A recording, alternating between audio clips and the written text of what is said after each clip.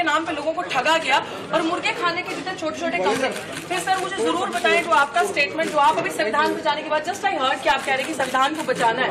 Sir बहुत अच्छी बात है, संविधान कैसे बचेगा सर? गरीब जनता के लिए तो आपका स्टेटमेंट है कि आरक्षण जो है SC BC का वो आर्थिक आधार पे होना चाहिए, वो कास्ट क्रीड पे नहीं होना चाहिए। ये बहुत ऐसी चीजें सर। और दूसरा चंडीगढ़ में तो सर आपकी गठबंधन है कि ठगबंधन है सर, मुझे समझ नहीं आ रही। एक रेड लाइट पे बाहर चले जाओ तो एक रेड लाइट पार कर लो तो पंजाब के अंदर आ जाओ तो आपका गठबंधन है। तो ये चंडीगढ़ में कैसा ठगबंधन है सर? वहां पे तो एक दूसरे की आप बुराई करें सर, यहाँ पे आ जाए तो यहाँ पे आप कहते हैं कि हम दोनों एक हैं, हम दोनों को आप वोट दीजिए, हमने इतने अच्छे काम किए। वो झाड़ू वाले अपने वोट गिनाते हैं, यहाँ पे आप अपना काम गिना रहे हैं। लेकिन मैं चाहती हूँ सर, जिन कॉलोनियों में मैं गई सर, आप जिस गाड़ी में बैठते हैं बिस्लरी का पानी पीते हैं, with all due respect sir, उन कॉलोनियों में चलिए मेरे साथ धनास में, चलिए मेरे साथ मलोया में सर, चलिए वहां पे पानी की हालत देखिए sir. They can't drink that tubewell वाला पानी, नहर का पानी वहां सर कांग्रेस ने बंद करवाया। सर ये किस तरीके की ठगी है जो लोगों के साथ हो रही है? मतलब मैं चाह रही हूँ कि sir I think we should have a good conversation and open debate. जो मुझे नहीं नजर आता कि आज संजय टंडन जी के अंदर इतनी हिम्मत है वो डिबेट कर सके, लेकिन आपने चैलेंज किया। मुझे लग रहा है कि एक नेशनल पार्टी के कैंडिडेट को अच्छे खासे तरीके से एक इग्नोर किया जा रहा है। मुझे लगता है कि हम दम रखते हैं, पोटेंशियल रखते हैं, क्योंकि हम काम के बेसिस पे बात करते हैं। सर मुझे ये 3 चीजों का जवाब चाहिए। सबसे पहले तो सर ये जवाब दे दीजिए, जो SC BC के रिजर्वेशन पे आपने बात कही है कि आर्थिक बेसिस होना चाहिए। पहले तो आपका बहुत बहुत धन्यवाद, thank you so much sir, कि आप यहाँ पे आए। आप में ये हिम्मत है, ये शिद्दत है कि आपने अपने आप स्वयंभू आकर हमारी जो प्रेस वार्ता है उसमें शिरकत की। आपका बहुत बहुत धन्यवाद। मुझे अखबार में पता लगा कि शायद जब आपको तोला जा रहा था तो कंडा आपके सिर पे गिर गया था, तो मैं आशा करता हूं कि आप पूरी तरह से स्वस्थ हो। तीसरी बात मैं आपको कहना चाहता हूं, देखिए संविधान में शेड्यूल्ड कास्ट और शेड्यूल्ड ट्राइब्स का जो आरक्षण है वो संविधान ने सुनिश्चित किया। उसके बाद जो OBC का आरक्षण है वो एक ऑफिस मेमोरेंडम 1990 में विश्वनाथ, मैंने आपको इंटरप्ट नहीं किया, 1990 में विश्वनाथ प्रताप सिंह जी की सरकार ने निकाला। उसका संशोधन करके 1991 में जब डॉक्टर नरसिम्हा की सरकार आई, आप तो शायद दिल्ली विश्वविद्यालय में प्रोफेसर भी हैं तो आप जानती होंगी कि उसका अनुमोदन करके TP नरसिम्हा जी की सरकार ने उसको निकाला। और उसके बाद वो मामला सुप्रीम कोर्ट में था और 1993 में सुप्रीम कोर्ट ने उसके ऊपर मोहर लगाई और जो OBC का आरक्षण है 27% उसको अप्रूव किया। इसके अलावा कई ऐसे प्रदेश हैं हिंदुस्तान में जहां पे जो आरक्षण है वो 49% से ज्यादा है। जैसे तमिलनाडु में आरक्षण ऑलमोस्ट 67% है। सो इसलिए जहां तक आरक्षण का सवाल है और कांग्रेस पार्टी का स्टैंड है, कांग्रेस पार्टी का और बाकी पार्टीज का स्टैंड बिल्कुल क्लियर है। My stand is absolutely clear. My stand is the stand of the Indian National Congress and so Indian National Congress जो है आप सबको देसी भाषा में समझाना चाहती है, वो संविधान के विरुद्ध काम कर रही है, लेकिन संविधान को बचाने की बात कर रही है। वो आरक्षण के विरुद्ध काम कर रही है कि आरक्षण का बेसिस जो है आर्थिक होना चाहिए। आरक्षण का बेसिस आर्थिक होना चाहिए। इनका स्टेटमेंट है, मैं आर्टिकल दिखा देती हूँ। ठीक एक दिन पहले, कुछ दिन पहले, बिल्कुल मोहन भागवत का सर प्लीज आपको अचीवमेंट चाहिए, आप ऐसे सेंसेशन क्रिएट कर रहे हैं। सेंसेशन क्रिएट नहीं कर रहे सर, हिम्मत है डिबेट की। तो डिबेट ऐसे नहीं होता।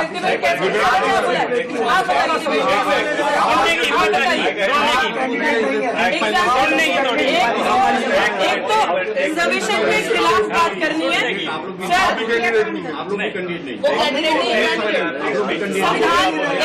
संविधान को बचाने की बात करनी है। बिल्कुल गठबंधन नहीं, वेरी नाइस। आम जनता की नजर में जब पंजाब में आप इलेक्शन फाइट कर रहे हैं, इलेक्शन फाइट बिल्कुल ये है इनकी, क्योंकि इन्हीं लोगों के पार्टी से स्टेटमेंट आती है कि यूपी बिहार के लोगों को चंडीगढ़ से निकाल देना चाहिए, तो ये मायावती जी की ये बहुत स्टेटमेंट है। सुन लीजिए, कि मायावती एक वुमेन का ये लोग रिस्पेक्ट सामने खड़े होकर नहीं कर सकते। और ये मायावती जी पे आप मायावती जी जब सड़कें नहीं थी ना, वो महिला सड़क पे थी, आप उनके बारे में बात नहीं करें। आप तो चंडीगढ़ में रहती नहीं है, मैं तो पैदा हुआ चंडीगढ़ में। आपको तो मैंने पहली बार चंडीगढ़ में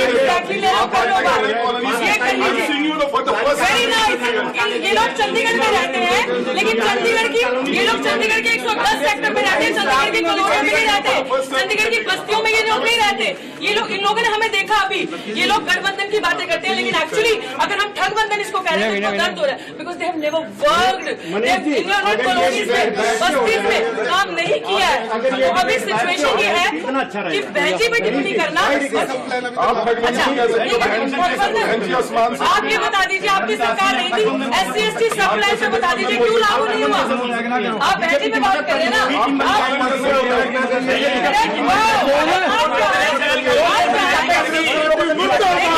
इनके पास कुछ नहीं है। अब हम बीजेपी की बी टीम बता देंगे ये काम में ठगबंधन, जनता को ठगना, जनता के लिए काम नहीं करना, कॉलोनियों। ये लोग चंडीगढ़ 1 से 10 सेक्टर का दिखाते हैं, ये लोग बस्तियों का चंडीगढ़ नहीं दिखाते। जो चंडीगढ़ कॉलोनीज में बस्तियों बसता है, डंपिंग जोन खाली बीजेपी की देनी थी, कांग्रेस की देन भी थी, और दोनों ही एक थाली के चट्टे पट्टे हैं।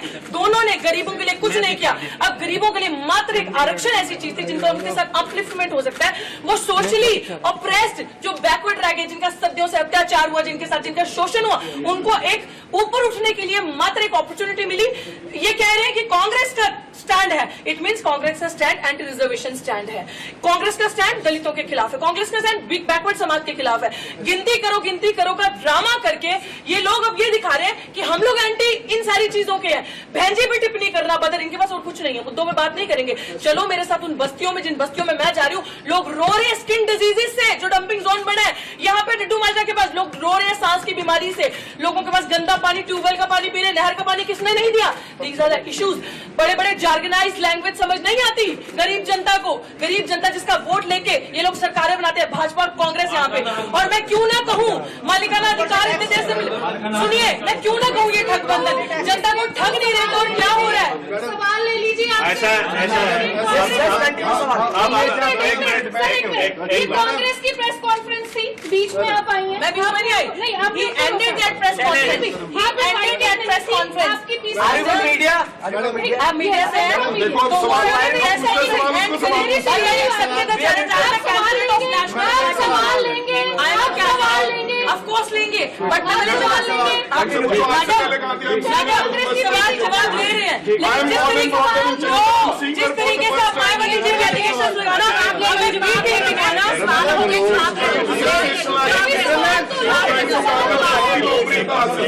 5,000 वोट मिलेंगे। जवाब तो देखिए ऐसा कि मैं इस बात पे स्वागत करता हूँ कि बहुजन समाज पार्टी की जो उम्मीदवार हैं वो यहाँ पे आए, उन्होंने अपनी तरफ से एक राजनीतिक भाषण दिया। लोकतंत्र में हर आदमी को ये हक है कि एक मिनट मैंने इंटरप्ट नहीं किया। मैडम जी आप चुप हो जाइए, मैडम जी आप चुप हो जाइए, मैडम जी उसकी बात तो सुना दीजिए। सवाल पूछ रहे हैं ना, सवाल पूछ रहे हैं ना, आप चुप हो जाइए, उसकी बात तो रखने दीजिए। आपने भाषण देना बाहर जाके दीजिए। आप ये बताइए चंडीगढ़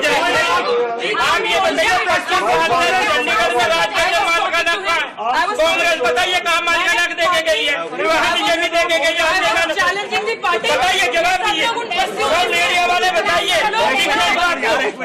एक मिनट मैडम जी, आपने बात रख लिया, उनको रखने दीजिए, मैडम उनको रखने दीजिए, मैडम उनको रखने दीजिए, आपने रख ली है। बिल्कुल सुनिए पहले, आप उनको बात रखने दीजिए ना, आप उनको बात तो ये सवाल ही नहीं ले रही है, नहीं ले रही है सवाल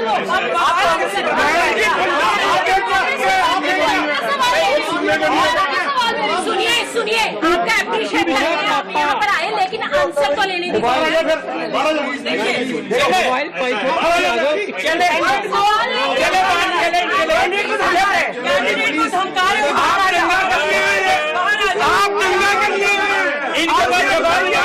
करने हैं, इन्होंने मालखाना हक नहीं दिया कॉलोनी वालों को। बीजेपी वाले 10 साल राज करके चले गए, कोई मालखाना हक नहीं दिया कॉलोनी वालों को। जवाब दीजिए दोनों पार्टी को। जुमले बनाते हैं भाई पीछे कर लो मोबाइल यार, इन्नी बार कहला मोबाइल पीछे कर लो, पीछे आई जा रहा बार बार। एक मिनट। बहुजन समाज पार्टी की उम्मीदवार यहाँ पर हमारी प्रेस कॉन्फ्रेंस में, हम उनका स्वागत करते हैं। लोकतंत्र में हर व्यक्ति को यह आजादी है कि अपनी बात रखे। मैं साफ तौर पर यह कहना चाहता हूं कि जो पूरी इंडिया अलायंस है वो भारत के संविधान को बचाने की लड़ाई लड़ रही है। ये लड़ाई लड़ रही है कि 2024 इस मुल्क का आखिरी चुनाव नहीं होना चाहिए। जिस आधार पर ये मुल्क काबिज है, जिसको अंग्रेजी में आइडिया ऑफ इंडिया कहते हैं, उस आइडिया ऑफ इंडिया को और सुदृढ़ बनाया जाना चाहिए। पिछले 10 वर्ष में यहाँ पे भारतीय जनता पार्टी की सत्ता रही है। अगर कोई जवाबदार है तो भारतीय जनता पार्टी जवाबदार है। उनकी 4 इंजन की सरकार रही, ऊपर गृह मंत्री, नीचे राज्यपाल, उनके 10 साल से सांसद, 8 साल उनका कॉरपोरेशन के ऊपर कब्जा, और पिछले 10 वर्ष में चंडीगढ़ का कोई विकास नहीं हुआ। अगर यहाँ पे लोगों को कॉलोनीज में रीसेटल किया गया, वो काम कांग्रेस पार्टी ने किया। अगर यहाँ पे हाउसिंग बोर्ड के मकान दिए गए, वो भी कांग्रेस के जमाने में हुआ था। और इससे अगर मैं पीछे जाऊं, ये पंडित जवाहरलाल नेहरू की कल्पना थी कि जब वो यहाँ पे आए और ये चंडीगढ़ शहर की जो सबसे आधुनिक शहर है पूरे हिंदुस्तान में, उसकी संरचना की गई। तो इसलिए जब से चंडीगढ़ बसा है तब से लेकर आज तक चंडीगढ़ के संदर्भ में कांग्रेस पार्टी की, इंडिया अलायंस की जो उपलब्धियां हैं वो अनेकों हैं, जो अगर मैं गिनाना शुरू कर दूं तो शाम के 6 बज जाएंगे। और इसलिए मैं ये कहना चाहता हूं कि इंडिया अलायंस बिल्कुल पूरी तरह से जीत की ओर अग्रसर है। और मैं ये विनती करना चाहता हूं कि जो संविधान की सुरक्षा की बात करते हैं वो कृपया भारतीय जनता पार्टी की बी टीम न बने। आपका बहुत बहुत धन्यवाद। यही बहुत बढ़िया। रुकिए सवाल के जवाब दीजिए। कांग्रेस के भाग्य कांग्रेस वाले भाग गए। अब सवाल यहाँ पे ये है कि इन्होंने कहा कि संविधान को बचाना, सुनिए ये जो कह रहे हैं कि हम संविधान को बचाना, SC सब